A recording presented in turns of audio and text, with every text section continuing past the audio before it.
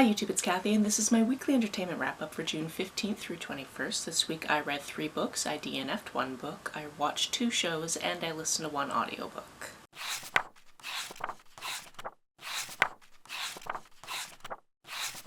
This was the 3rd week of the Queer Lit Readathon, and I already finished everything on my official TBR, so everything from here on out is just bonus. First this week I read Jude Saves the World. This of course is about Jude. They are a non-binary student and they have one best friend named Dallas. However, there's this girl in some of their classes that they've always kind of wanted to be friends with, like they've had a really big friend crush on them, maybe an actual crush on them. However, in the past year or so, she's been hanging out with this other girl who isn't very nice and isn't a very nice influence, and therefore has started like dressing differently, texting all the time, which is super distracting in the middle of class. Near the beginning of the book, something happens in that friendship where it breaks down, and Jude decides, hey, I'm going to finally befriend this girl. And they do, and suddenly their duo becomes a trio, but is it going to stay that way? In addition to this school-based situation, there's something going on at home because Jude lives with their mom, and their mom is very accepting of them, but their mom also won't let them tell their grandparents that they're non-binary and they have a different name, which is Jude. This means every time they go over for dinner, they're constantly misgendered and called the wrong name, which is putting so much pressure on Jude, but their mom doesn't seem to understand that. Additionally, Dallas is also going through things at home. His parents are constantly fighting and he always has to babysit his little sister, which means that everybody in this book has their own things going on. In part because of this new friendship, Jude comes up with the idea of having a safe space and wanting to create that for people like them, and that becomes a huge project. This book was delightful and sweet, but also emotional and just so lovely to see. This is my first book by this author, and I will definitely try to read some more. Next, because my notes are written chronologically, I'll talk about the DNF, and that was The World and All That It Holds. I'm not DNFing this because it was bad, it's just a writing style that didn't really work for me. It's one of those styles that's really fluid, and all of a sudden it'll be talking about one thing and then another thing, and we haven't even moved to a different paragraph, and sometimes you don't know if it's an inner monologue or if it's just them talking about a thing that happened. And I was hoping to get more into it because I've seen people I really admire enjoy it. However, I just knew that I was dreading picking it up every time I did. I only got a couple of chapters into it and I thought, you know what? It's fine. I don't need to love every book that other people have loved. I can put this one down. Next, I read the 2nd volume of Boys Run the Riot. This is a book about a transgender student who is in the closet, and he and his friends create a clothing brand. In this 2nd volume, he's trying to get a job so that he can actually fund his portion of this brand, and that comes with its own complications because sometimes people will be like, yeah, sure, you can be a guy, but you can't use the guy's changing room. I couldn't just use the girl's changing room if I wanted to, right? And it's like, okay, yeah, clearly I'm not going to work here. Or if he ends up going stealth, he gets hit on by other guys, and that's just not his scene, and that's a whole thing. But in this volume, the boys meet this famous YouTuber who really wants to shout out their brand, and that looks like something that's going to be great until the very end of the volume.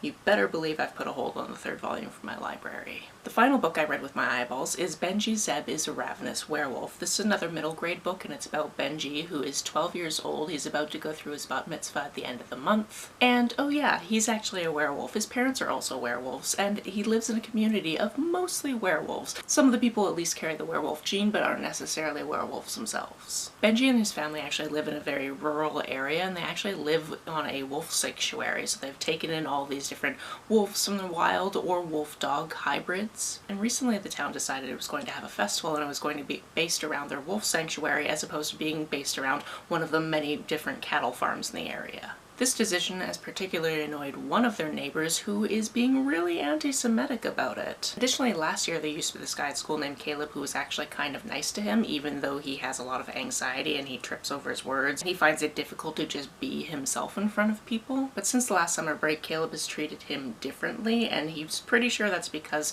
his stepfather, aka the neighbor who's being really anti-Semitic, has probably been poisoning him against Benji. In addition to all this, yes, he is a werewolf, and that's nothing like it looks like in the movies. Firstly, you can just change in and out of your wolf form at will. You don't have to wait till a full moon or anything like that. Secondly, you just look like an actual wolf, not like a wolf-human hybrid when you change. Thirdly, you're born and not created, so it's not like you get bit and you become a werewolf. It's actually something that passes down through the hereditary lines, and both parents need to carry the werewolf gene. And all of this is stuff that he needs to explain to somebody when they show up at their wolf sanctuary, having just turned for the first time and having no idea what's going on. This one is just so good and covered so many topics. Obviously it covered the Jewish faith and it dispelled a lot of myths. In addition to that, it also talked about the exclusion acts that were specifically against Chinese Americans. But then it's also teaching you about wolves themselves, which was just so cool. There was a lot packed into this one and it was just absolutely lovely.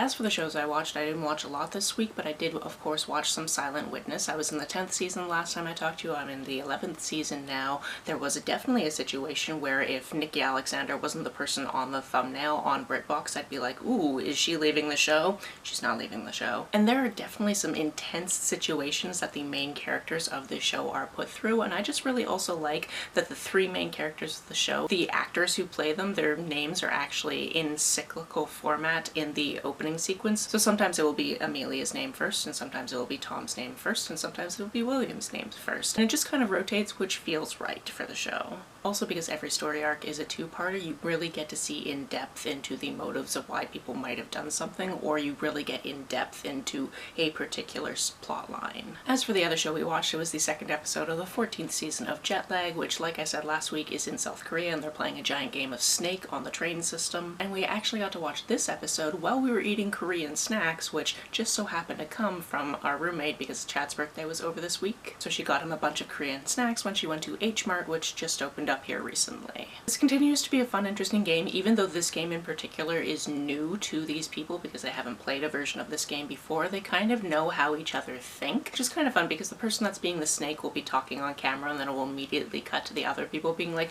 I think he's going to do exactly this, and this is the exact reasons, and it's the exact reasons that the other person just gave himself. It's really funny. And I continue, of course, to be entertained. The audiobook I listened to this week was another middle grade read, and that was Small Town Pride. This is all about Jake, and as you imagine, he lives in a small town, and one day he gets home on the school bus and his dad has actually raised a Progress Pride flag.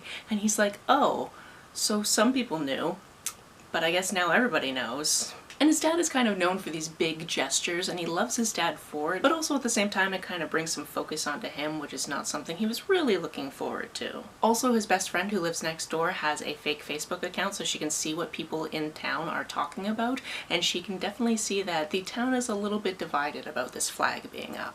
And while discussing this, somebody quips about the fact that, like, at least we're not trying to have a pride parade, and then Jake decides, you know what, why can't we have a pride festival in town, and decides that he is going to try to make this happen with the help of his best friend, his parents, and the mayor's son, who lives across the street and seems to want to help as well.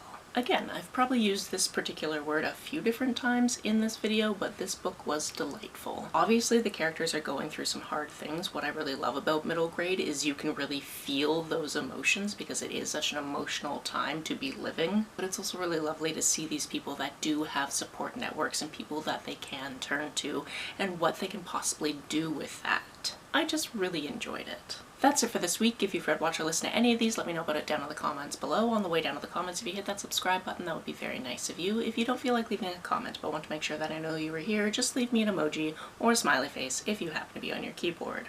Some people have asked if there's a way to financially support this channel, so I set up a Ko-fi account, which is a digital tipping service. The link for that, as always, is down below.